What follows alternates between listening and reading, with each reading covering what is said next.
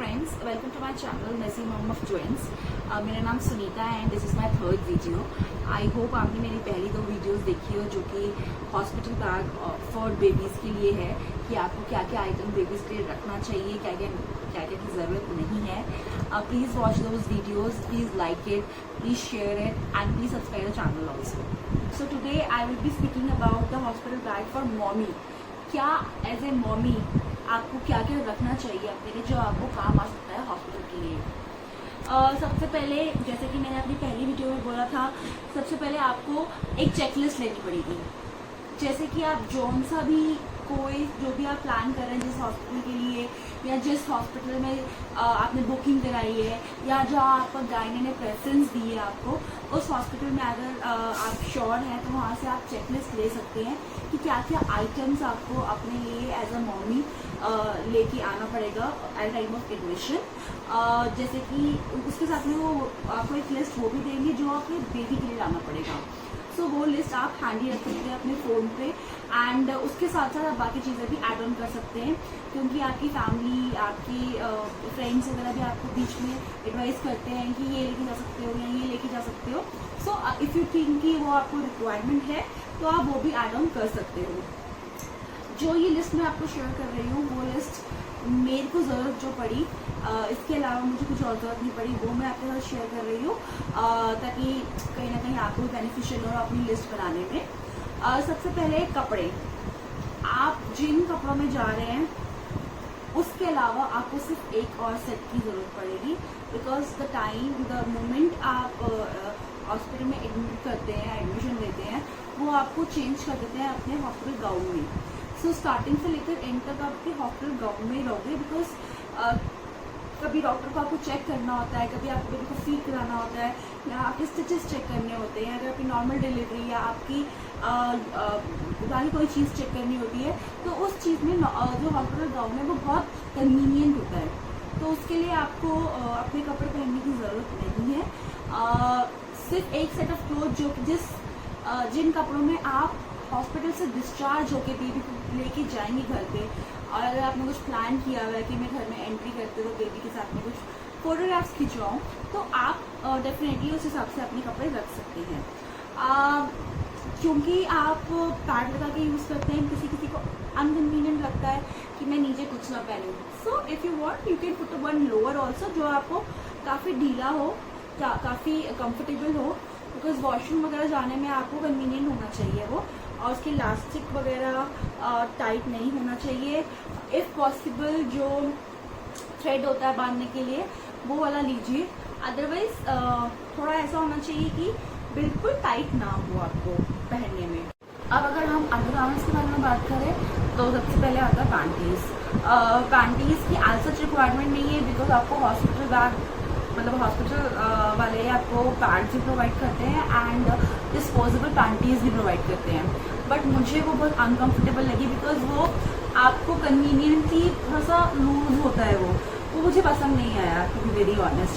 सो मैंने अपनी panty use करी, जो मैं पैंटीज़ लेके गई थी, जो मैं रेगुलर पैंटी पहनती हूँ उससे एक साइज़ एक्स्ट्रा मैं खरीद के गई थी, और ताकि मेरे को पैड वगैरह लगाने में अगर मैं हैवी पैड भी लगाती हूँ तो मुझे अनकंफर्टेबल ना लगे, इसलिए मैंने एक एक्स्ट्रा साइज़ की पैंटी रखी थी. वो मैंने पूरे टाइम मतलब पहन के रखा, not first and second day क्योंकि वो उनके हिसाब से ही मैं चली, बट नेक्स्ट डे जब मुझे थोड़ा सा अनकंफर्टेबल लगने लगा तो मैंने अपनी पैंटी पहन ली. So you can carry 3 to 4 panties for yourself. उसके बाद नर्सिंग ब्रा. नर्सिंग ब्रा मैंने भी खरीदी थी बट मुझे इतनी कुछ खास नहीं लगी. आई शो यू नर्सिंग ब्रा क्या होती है. नर्सिंग ब्रा होती है ये, इट इज़ अ सिंपल ब्रा. जो आपकी ब्रा है उससे सिंपल ब्रा है. जस्ट इसमें क्या ऑप्शन होता है कि आपको जब भी बच्चे को दूध पिलाना होता है तो आप क्या कर सकते हो, आपको ये हुक है, आप उस हुक को हटाओ, अटैच करो और उसको रिमूव करके आप बच्चे को दूध पिला लो. आप दूध पिलाने के बाद उसको वापस लगा दो and it is like a normal nursing bra. एक टाइम तक ठीक लगी मुझे, ये ओके लगी, मतलब ओके. बट क्योंकि मेरे 2 बेबीज़ हैं, ट्विन्स हैं, कभी मुझे यहाँ कभी वहाँ and every time I am feeding a baby, तो मुझे लगा कि ना नॉर्मल ब्रा पहनो और उसको हटाओ एंड उसको अच्छे आराम से फीड करा लो एंड दोबारा से उसको की जगह पे रख दो. मुझे इतना कुछ बहुत बड़ा और इतना कुछ खास नर्सिंग ब्रा में नहीं लगा। एक अच्छी ब्रा लीजिए आप, अपने ब्रेस्ट साइज से, नॉर्मल साइज से एक एक्स्ट्रा लीजिए, एक एक्स्ट्रा साइज लीजिए, ताकि आपके ब्रेस्ट जब, क्योंकि आप मिल्क प्रोड्यूस कर रहे हैं तो आपके ब्रेस्ट हेवी हो जाते हैं, सो उससे एक एक्स्ट्रा साइज लीजिए नॉर्मल साइज से अपना। और आप नॉर्मल ब्रा भी पहनेंगे तो भी चलेगा, क्योंकि मेरे को तो इतना टाइम नहीं है कि मैं मतलब झंझट रखूँ कि उसको हटाऊँ एंड देन दोबारा से उसको अटैच करूँ। उससे बेटर है उसको रिमूव करो एंड उस बच्चे को फीड करो and then let's be get over with it. Next हम आपके पास आते हैं फेस वाइप। अच्छा, फेस वाइप आप इसलिए रखिए, वेट वाइप्स रखिए, क्योंकि 2 दिन तक तो आपको नहाने की, मतलब 2 दिन क्या, मतलब मेरे को सिर्फ लास्ट दिन जब डिस्चार्ज किया गया तभी नहाने के लिए परमिशन मिली थी, तब उन्होंने मुझे नहला के भेजा था, अदरवाइज उन्होंने मुझे स्पॉन्ज बाथ दिया था। सो अभी बहुत आप जिस लोकेशन पे रह रहे हैं वहाँ बहुत गर्मी है, सो इट्स बेटर कि आप फेस वाइप रखें, वेट वाइप्स रखें, ताकि आपको जब भी गर्मी लगे ना, कि इंस्टेंट कि आप पानी डालो या वॉशरूम जाके मुंह धो, आप वाइप्स रखिए, वाइप्स कीजिए, अपना फेस क्लीन कर लीजिए। आपको हॉट फ्लैशेज हो रही है, अगर कभी कभी क्या होता है ना, एकदम से गर्मी लगती है एंड आप लाल हो जाते हैं, सो अगर ऐसा कुछ हो रहा है सो आप वेट वाइप कीजिए, फेस क्लीन कीजिए, हाथों पे लगाइए, थोड़ा ठंडा लगेगा, then you feel better, so that also you can do. उसके बाद जाते वक्त अगर आप कपड़े जो आप, मैं आपको बोल रही हूँ कि आप पहनते हुए जाएंगे, आप नॉर्मल कपड़े भी पहन सकते हैं अगर आपका जो डिस्टेंस है वो कम है। अदरवाइज अगर आप नर्सिंग क्लॉथ ले रहे हैं, सो मैं आई सजेस्ट कि नर्सिंग क्लॉथ में आप जो जिपर होता है नर्सिंग के लिए, वो जिपर हॉरिजॉन्टल हो, वर्टिकल ना ले। वर्टिकल बहुत इनकन्वीनियंट है for a baby and for you as well, क्योंकि जब आप इन वर्टिकल लेते हैं तो आपका पूरा ब्रेस्ट बाहर आ जाता है और पूरा ब्रेस्ट आप बेबी को मिल जाता है, बट कभी कभी उसकी जो जिप है वो बच्चे को लगती है, क्योंकि वो पूरा हट नहीं सकता। बट अगर आप वर्टिकल हॉरिजॉन्टल लेते हैं, सो ये आराम से खुलता है एंड आप बेबी को दूध पिलाते हैं, उसके बाद उसके ऊपर से आप कवर भी कर सकते हैं। So it's convenient for baby also, it's convenient for you also. Please don't mind, ये नहीं सोचिएगा कि मैं उसे कवर करने के लिए क्यों बोल रही हूँ, बिकॉज मुझे लगता है आफ्टर सम टाइम मुझे लगने लगे अगर हम अपना खाना कवर करके नहीं खाते हैं तो मैं अपने बेबी को क्यों कवर करके खिलाऊं। But then there are times जब आप ऐसे सिचुएशन में होते हैं या ऐसे लोगों के बीच होते हैं कि जहाँ को आपको स्टार्टिंग में अनकंफर्टेबल लग रहा हो कि आप उसको दूध पिला रहे हैं, so what you can do is, या तो आप उसको चुन्नी से ढक लें या आप एक कवर खरीद सकते हैं, फीडिंग कवर, जो कि हिलता उल्टा नहीं है, क्योंकि जब बेबी को आप कवर करके दूध पिलाने की कोशिश करते हैं बेबी बहुत हाथ मारता है कि ही डजंट लाइक और शी डजंट लाइक कि मुझे कोई कवर करके दूध पिलाए, डेफिनेटली हमें भी पसंद नहीं है। सो आप उस सिचुएशन में क्या कर सकते हैं, या तो आप चुन्नी ले लीजिए या आप वो फीडिंग कवर डाल सकते हैं, और फीडिंग कवर आपका मिसप्लेस बिल्कुल नहीं होता है। बट देन मुझे लगा कि ये बहुत बेकार का इन्वेस्टमेंट है फॉर कुछ टाइम पीरियड के लिए ही, क्योंकि घर पे तो मैं कोई फीडिंग कवर यूज़ नहीं करती हूँ। आज की डेट में जहाँ हम लोग कहीं ट्रैवल नहीं कर सकते, यहाँ कोविड टाइम्स है, बहुत रिस्ट्रिक्शंस है, मैं सिर्फ अपने मम्मी पापा के घर में जाती थी या हॉस्पिटल में breast feeding room already available था, तो मुझे वहाँ पर ज़रूरत नहीं पड़ी। 1 या 2 बार मुझे शायद कवर की ज़रूरत पड़ी होगी, बट देन मैंने उसके बाद उसको भी लेना छोड़ दिया, बिकॉज मुझे लगा कि why cover when we don't cover our food. So आप अकॉर्डिंगली अपनी कंफर्ट के हिसाब से फीडिंग कवर लेना चाहते हैं या नहीं लेना चाहते आप सोच सकते हैं। देन नेक्स्ट हम आते हैं ब्रेस्ट पैड्स। ब्रेस्ट पैड की रिक्वायरमेंट जनरली ट्रैवलिंग के वक्त होती है। स्टार्टिंग में क्या होता है कि आपका मिल्क बनना शुरू होता है, जब आप हॉस्पिटल में होंगे तो आपके मिल्क की प्रोडक्शन स्टार्ट हुई होगी, और अकॉर्डिंगली जितना जितना बच्चा कंज्यूम करता रहता है उस हिसाब से आपकी प्रोडक्शन जो है फ्लक्चुएट करती रहती है या उस हिसाब से बढ़ती भी रहती है। सो वो तो आप हॉस्पिटल में जितना दूध पिलाएं बच्चों को उतना अच्छा है, बट स्टिल अगर आपकी प्रोडक्शन ऑलरेडी बहुत ज़्यादा है सो आप ब्रेस्ट पैड यूज़ कर सकते हैं इन केस कि आपका जो ब्रेस्ट मिल्क है वो ओवरफ्लो हो रहा है। बट क्योंकि मेरे ट्विंस थे तो मेरे दोनों ब्रेस्ट हमेशा बच्चे फीड ले ही लेते थे उसमें से, सो इतना ओवरफ्लो नहीं होता था। But yes, for a safer side में ट्रैवलिंग के वक्त या कभी हॉस्पिटल जाते वक्त ज़रूर यूज़ करती थी ब्रेस्ट पैड को। ब्रेस्ट पैड भी दो तरीके के होते हैं, डिस्पोजेबल होते हैं और एक वॉशेबल होते हैं। आपको मैं सजेस्ट ये करूँगी कि आप पहले डिस्पोजेबल वाले ब्रेस्ट पैड ले लीजिए, उसको यूज़ कर लीजिए। अगर आपको लगता है कि आपको उसकी रिक्वायरमेंट बहुत ज़्यादा है या आपको लगता है कि हाँ मुझे चाहिए और मैं इतना सारा डिस्पोजेबल के ऊपर पैसा नहीं वेस्ट करना चाहती, उस हिसाब से आप वॉशेबल वाला ले सकते हैं। बट स्टार्टिंग में आई डोंट थिंक सो कि आपको बहुत ज़्यादा की रिक्वायरमेंट होगी, आप छोटा पैकेट लेके आप यूज़ कर लीजिए, उसके हिसाब से खरीदिए। देन नेक्स्ट, आप कुछ आइटम जो होंगे पर्सनल केयर के आइटम, जैसे फेस वॉश हो गया या फेस क्रीम हो गया या आपके रबर टाइज हो गए, आपका क्लचर हो गया, ये सब चीज़ें आप अपने पास रख सकते हैं। Sanitiser is very important for you and for baby also. Keep sanitising your hands, keep your mask also. आजकल तो लोगों ने सजेस्ट करना शुरू कर दिया है कि you should wear double mask, but for pregnant women and आपने क्योंकि अभी बर्थ दिया है, maybe it not possible कि अभी आप डबल मास्क पहने, बट ट्राई, अगर आप पहन सकते हैं कवर कर सकते हैं। अदरवाइज प्लीज़ आपके जितने भी अटेंडेंट्स हैं, जो आपके आसपास जो लोग आपसे मिलने आ रहे हैं या बेबी को जो पकड़ते हैं, वो अपने हाथ सैनिटाइज करें। जो आपसे बात करते हैं, अपने बेबी से बात करते हैं, अपने मास्क ज़रूर पहन के रखें, डबल मास्क पहन के रखें। So you carry mask also for your self.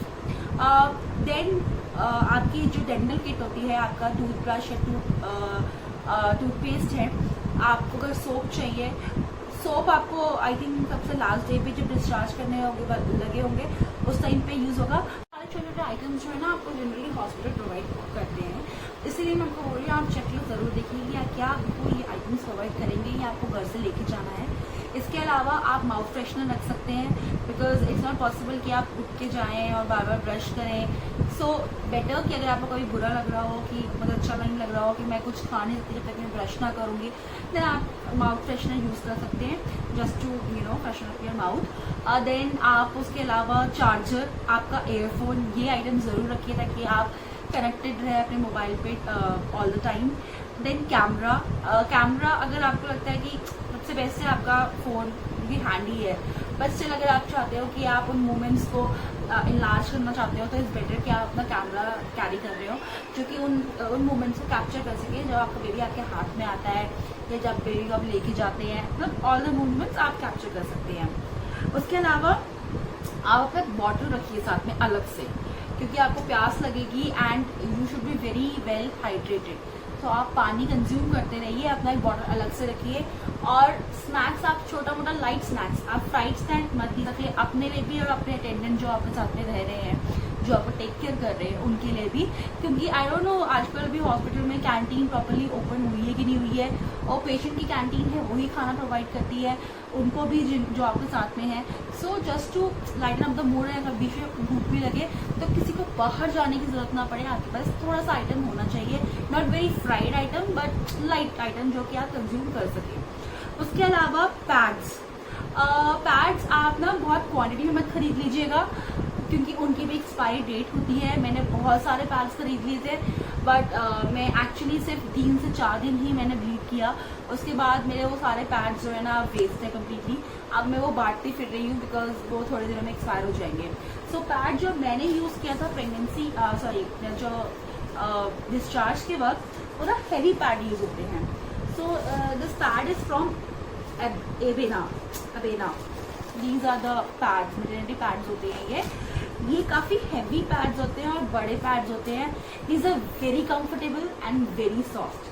तो ये आपका जो उस टाइम पे डिस्चार्ज के बाद हैवी फ्लो होता है वो बहुत आराम से कंज्यूम कर लेता है और आपको अनकंफर्टेबल भी नहीं लगता।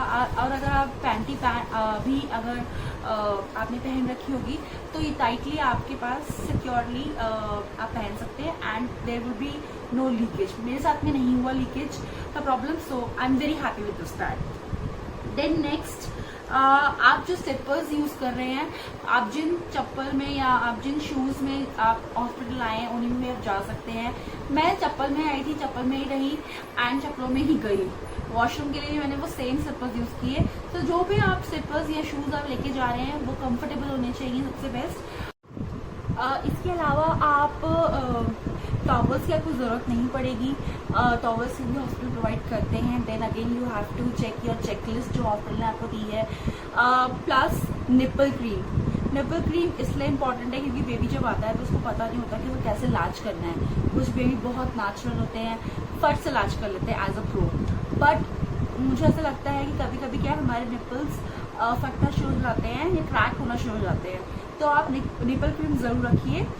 Nipple cream is like this, जैसे मैंने ये निपल ली है nipple cream, this is from the Moms Co, natural nipple cream है। आप इसको लगा के रख सकते हैं, काफ़ी जल्दी हील हो जाता है इससे।